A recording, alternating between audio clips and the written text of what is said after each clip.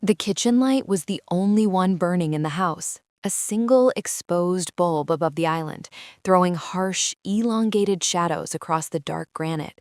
It was 2:17 a.m. Mia Carter stood barefoot on the cold tile, arms wrapped around herself against the chill that had nothing to do with the open refrigerator door.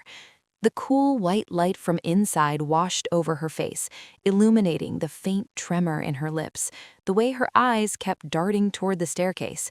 She hadn't slept more than 2 consecutive hours in 23 days, not since she first noticed Ethan's phone screen lighting up his face at 3:14 a.m., his thumb swiping quickly to dismiss whatever notification had come through. Not since she'd found the tiny brass key taped beneath his nightstand drawer, small enough to miss unless you were looking for it. Not since the perfume that wasn't hers had begun clinging to his collar like a quiet accusation. Tonight he'd come home at 11:47 p.m., tie loosened, eyes tired but bright in that way she used to find endearing. He'd kissed her forehead, murmured something about the merger running late again, then disappeared into the shower. She'd lain in bed listening to the water run for exactly 11 minutes, long enough to wash away evidence, short enough not to raise suspicion.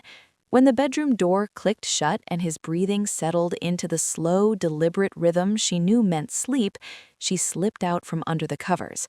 Her bare feet made no sound on the hardwood as she descended. The drawer was still locked, same tiny keyhole, same key she had retrieved 2 nights earlier, heart pounding so loudly she was sure he would wake. She turned it now. The drawer opened with a soft scrape that felt deafening in the silence. Inside, a cheap burner phone, black and scratched, a rubber-banded stack of cash, mostly hundreds, edges crisp, a single Polaroid photograph, corners slightly curled. Mia lifted the photo with fingers that refused to stay steady. It was her, younger, hair shorter, sun-bleached at the ends, laughing with her head thrown back on the dock at the lake house 3 summers ago. She remembered that day, Ethan behind the camera, calling her beautiful, promising forever. On the back, in thick black Sharpie, one word: insurance.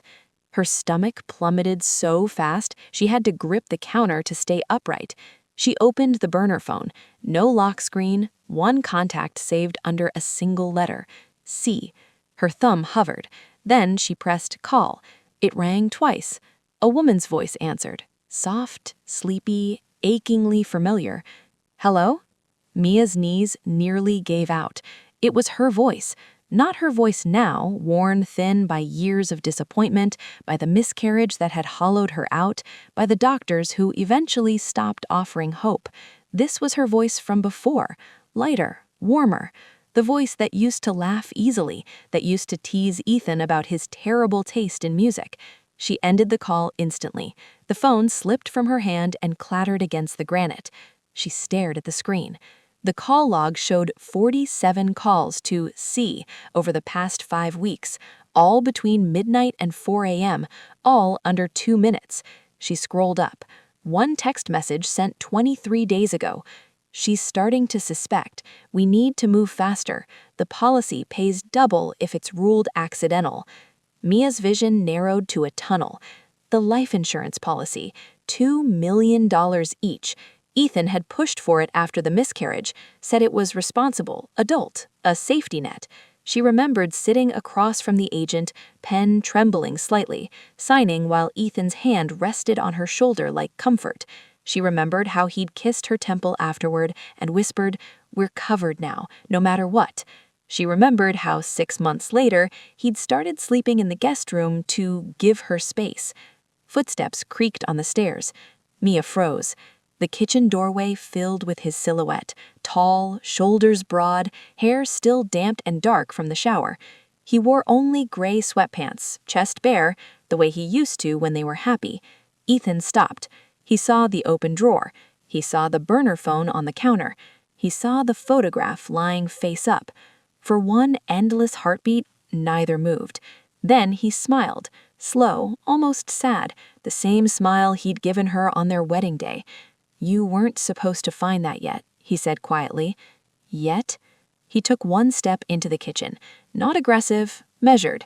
I loved you. The first 5 years, I really did. You were everything.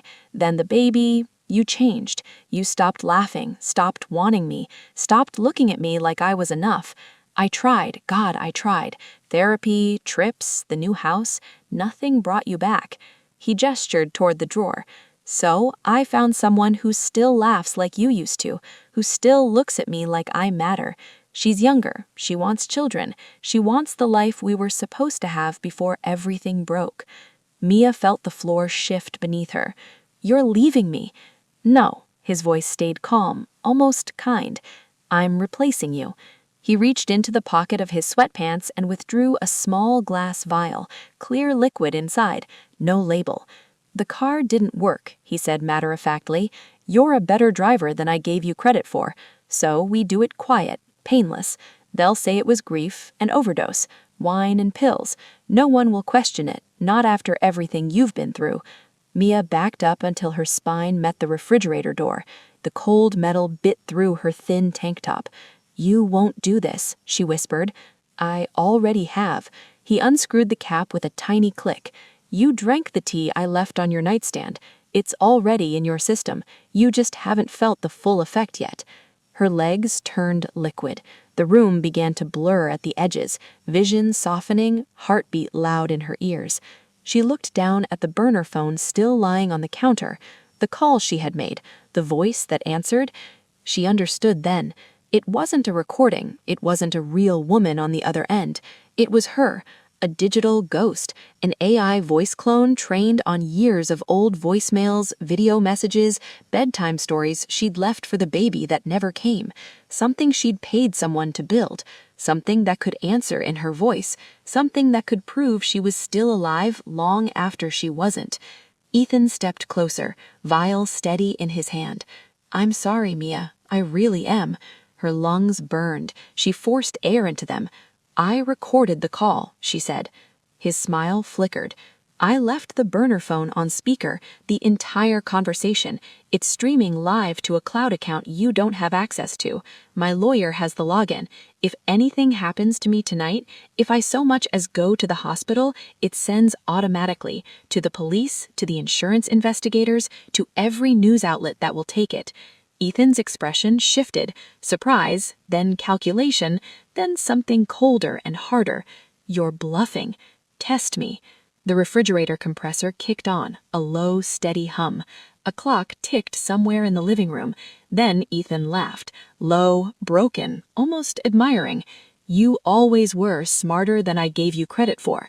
He set the vial down on the counter, deliberately care.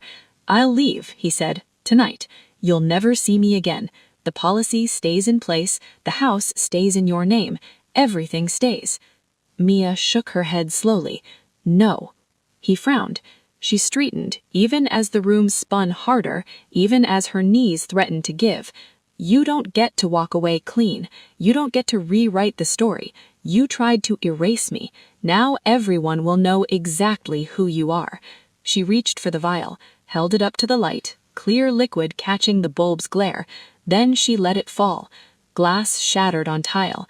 Liquid spread in a thin, harmless puddle. Ethan stared at the broken shards. Mia stared at him. Get out, she said. He didn't move. Get out. He looked at her for a long, searching moment, like he was seeing her for the first time in years. Then he turned, walked to the front door, didn't look back. Mia stood motionless until she heard his car engine turn over, until the headlights swept across the kitchen windows and vanished down the street. Only then did she sink to the floor, back pressed to the cabinets, breath coming in ragged gasps. Alive. The vial had been empty. She'd poured out whatever was inside hours earlier, while he was still at the office. But he didn't know that, and now he would spend the rest of his life wondering what had been real. She closed her eyes, listened to the silence. For the first time in years, it didn't feel like a grave. It felt like space, like room to breathe, like the beginning of something that belonged to her alone.